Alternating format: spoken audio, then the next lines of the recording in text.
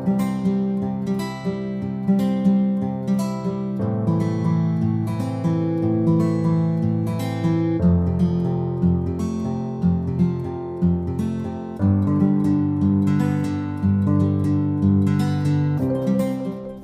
selamat pagi Bapak Ibu, saudara-saudara yang terkasih di dalam Yesus Kristus. Saat ini kita akan disapa firman Tuhan. Marilah kita berdoa. Bapa kami yang di surga, ya kami sembah dan kami muliakan di dalam Yesus Kristus. Kami sungguh bersyukur atas pagi yang indah ini. Engkau masih memberikan napas kehidupan bagi kami, juga hari yang baru. Sebelum kami mengawali segala aktivitas kami hari ini, kami akan disapa oleh firman-Mu. Karena itu berkati dan ajarilah kami untuk memahami firman-Mu yang akan kami dengarkan, agar kami dapat melakukannya dalam kehidupan kami setiap hari. Terima kasih Bapa di surga, kami telah berdoa dan mengucap syukur. Di dalam nama Yesus Kristus Tuhan kami. Amin. Bapak Ibu saudara-saudara yang terkasih di dalam nama Tuhan Yesus Kristus. Sebelum kita mengawali segala aktivitas kita, marilah kita terlebih dahulu disapa oleh firman Tuhan yang tertulis dalam kitab Kejadian 22 ayat 14. Saya bacakan untuk kita. Dan Abraham menamai tempat itu Tuhan menyediakan.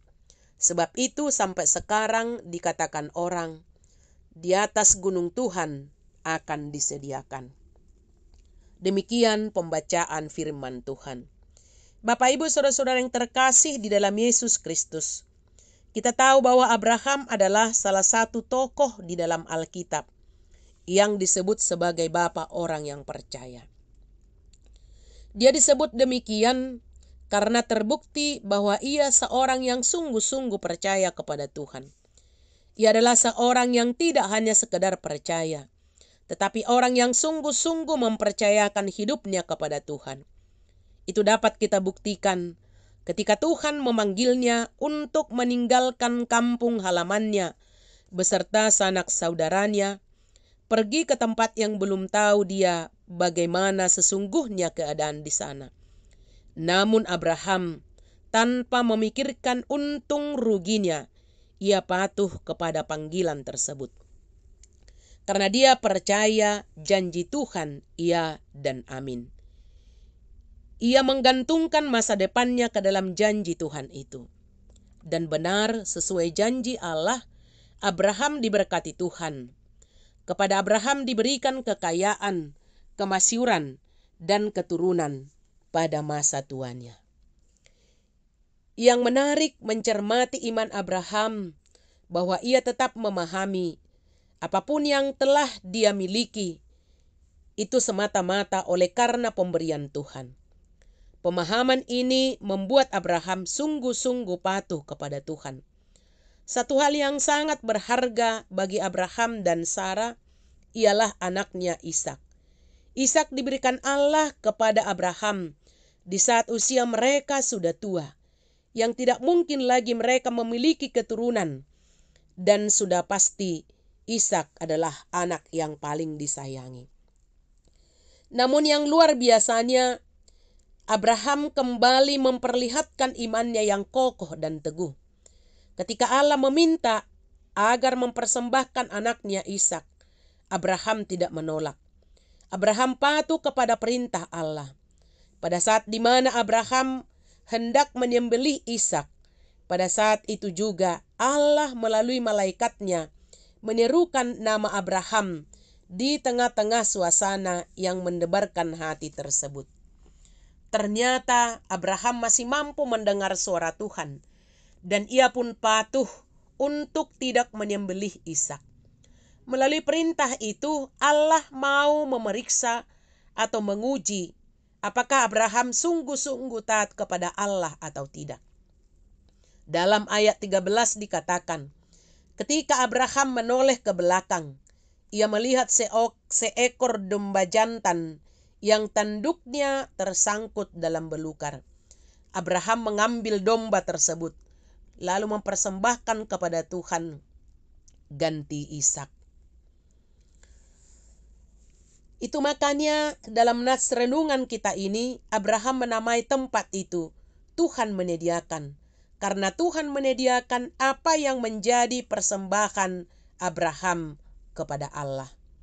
Allah mau Abraham memahami bahwa Ishak bukanlah miliknya secara mutlak dan dapat diperbuat sesuka hatinya, melainkan adalah hadiah, karunia, anugerah, dan pemberian Allah. Tuhan adalah Allah pemelihara hidup kita. Segala yang kita butuhkan pasti Dia sediakan. Bahkan Ia menyediakan masa depan bagi kita.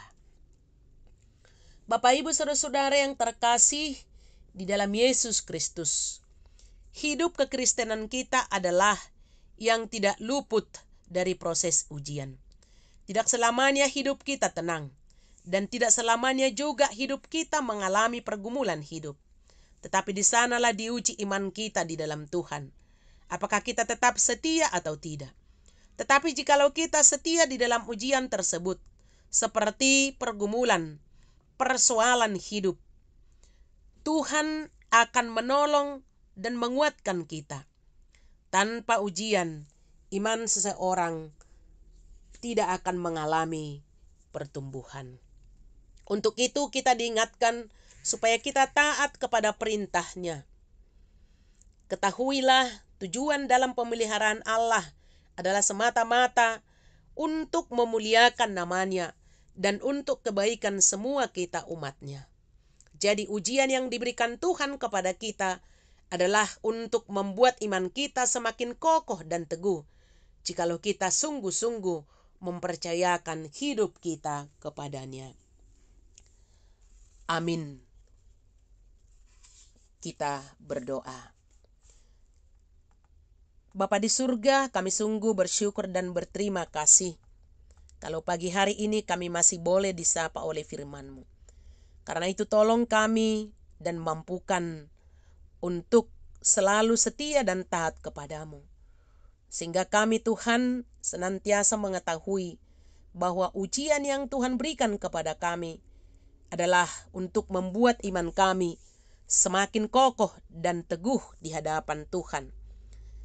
Biarlah Tuhan senantiasa menguatkan kami dalam menjalani kehidupan kami. Terpujilah nama-Mu Tuhan, dan ampuni kami dari segala dosa pelanggaran kami. Di dalam nama Yesus Kristus Tuhan kami telah berdoa dan mengucap syukur kepada-Mu. Amin.